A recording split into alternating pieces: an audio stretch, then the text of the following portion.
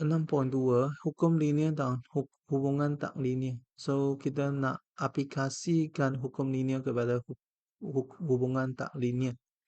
Okay, so di sini kita ada y. So kita ada y sama dengan a, x tambah b per x. Ini tak linear. Linear itu dia x saja.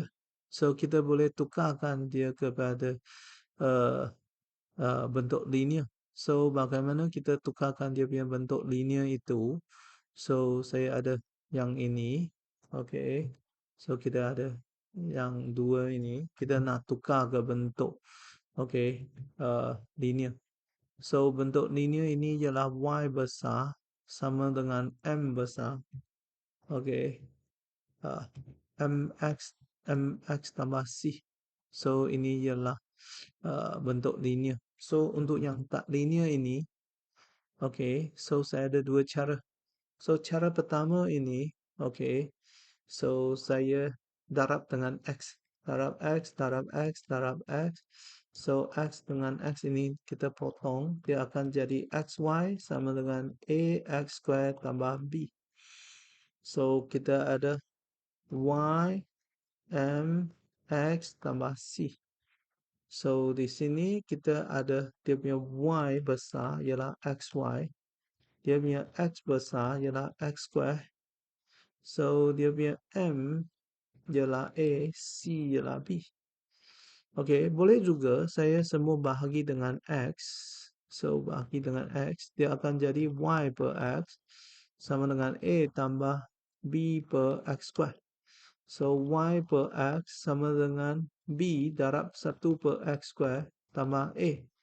So y besar sama dengan mx besar tambah c. So y besar dia ialah y per x. So x besarnya 1 per x square. M dia b, c dia a. Okay, so bagaimana kita tahu nak tukar ke yang pertama, bentuk yang pertama atau bentuk kedua? Bagaimana kita nak tahu? Okay, ialah dalam exam, kalau saya ada graph, okay, so di paper 1, so saya ada graph yang ini, so saya ada graph, so saya tengok yang graph ini, okay, so dalam exam dia bagi kita graph, so kalau dia bagi kita graph ini, dia bagi xy lawan x square. Ini ialah y per x lawan 1 per x square. Dan di sini kita ada yang ini.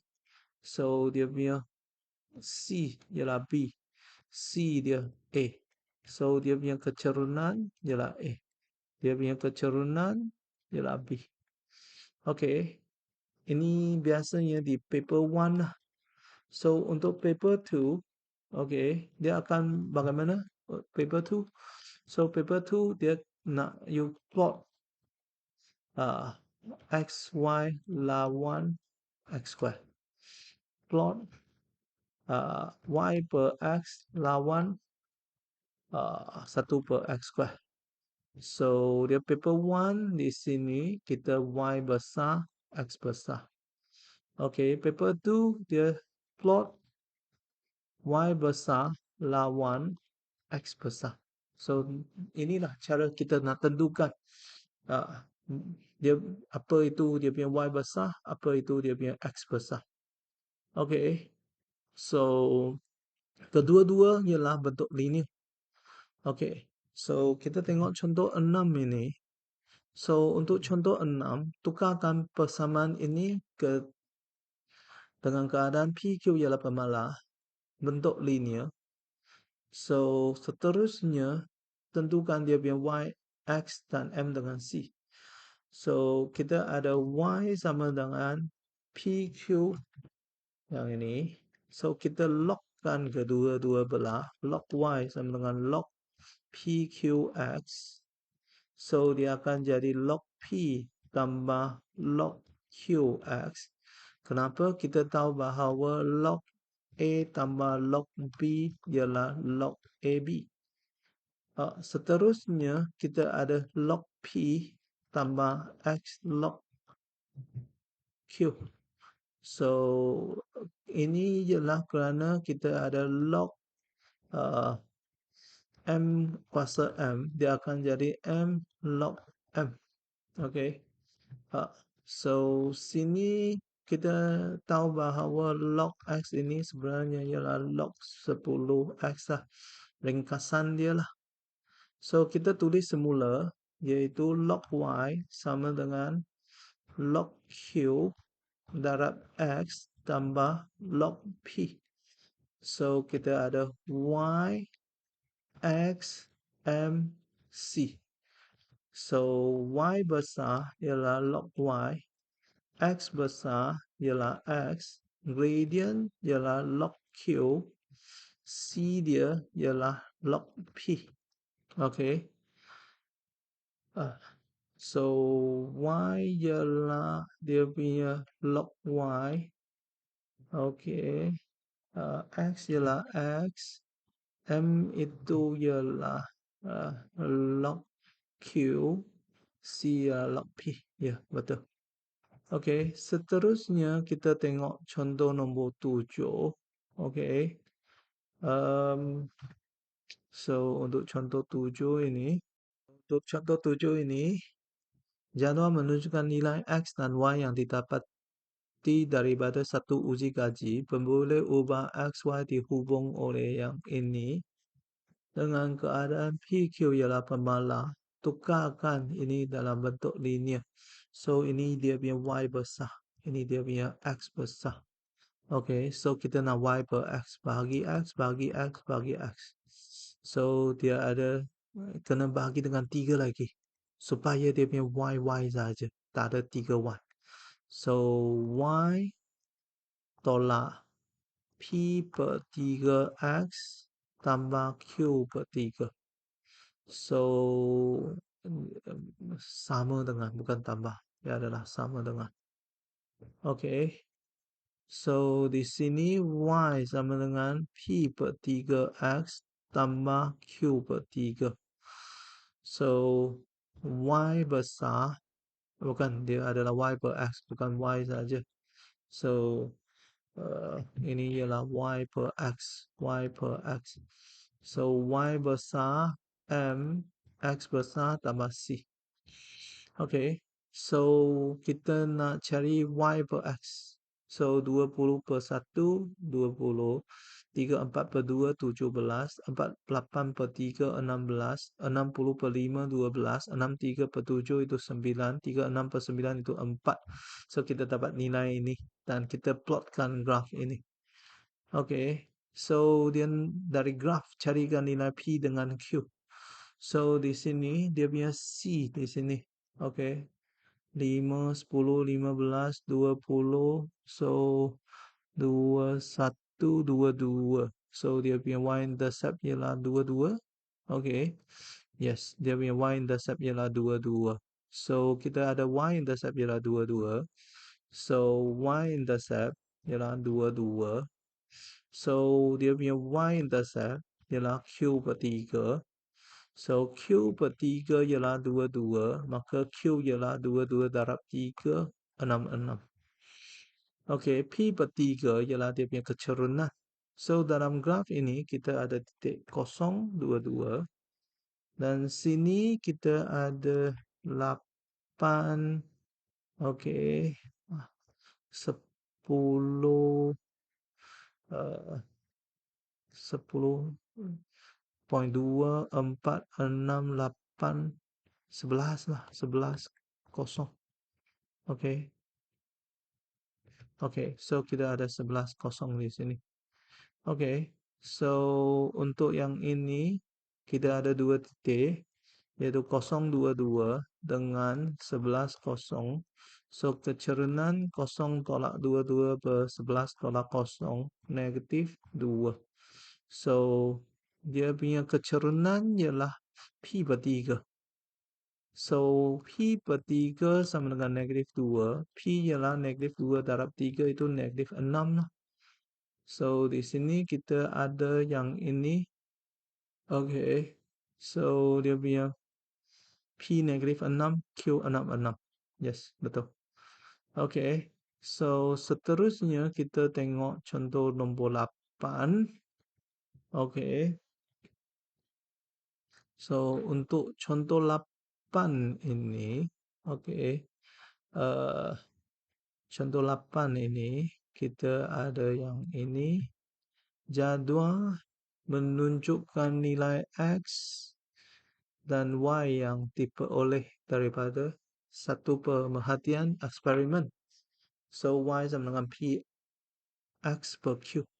So, ini Y besar, ini X besar. So, kita log kedua-dua belah P kuasa X per Q.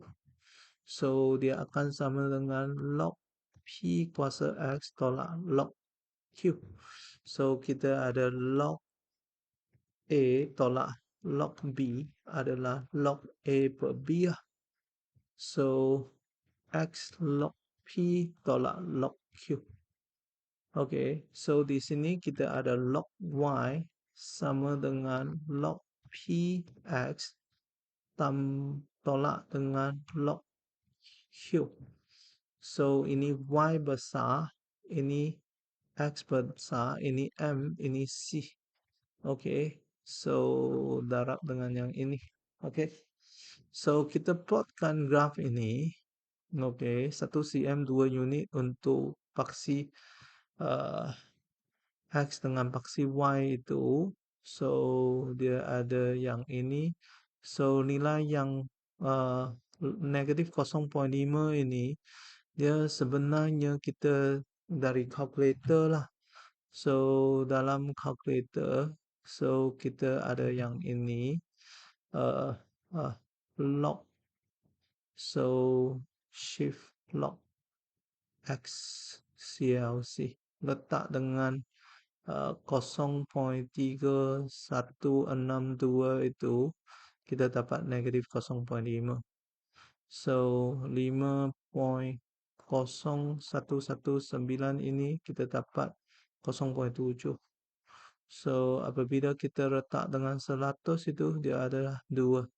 So, apabila kita letak dengan 1584.89 ini kita dapat 3.2. So, kalau kita ganti dengan 6309.57 itu, so kita dapat 3.8. So, apabila kita ganti dengan 6309.73 ini, so kita dapat 4.8. So, apabila kita letak dengan 100,000, ini kita dapat 5. Okay. So, untuk yang ini, kita lukiskan dia punya graf. So, graf adalah yang ini. So, graf ini saya tak nak tunjuk bagaimana nak lukis lah. Saya guna graf yang diberi uh, dalam buku lah. So, di sini kita tahu dia punya y-intercept ini ialah negatif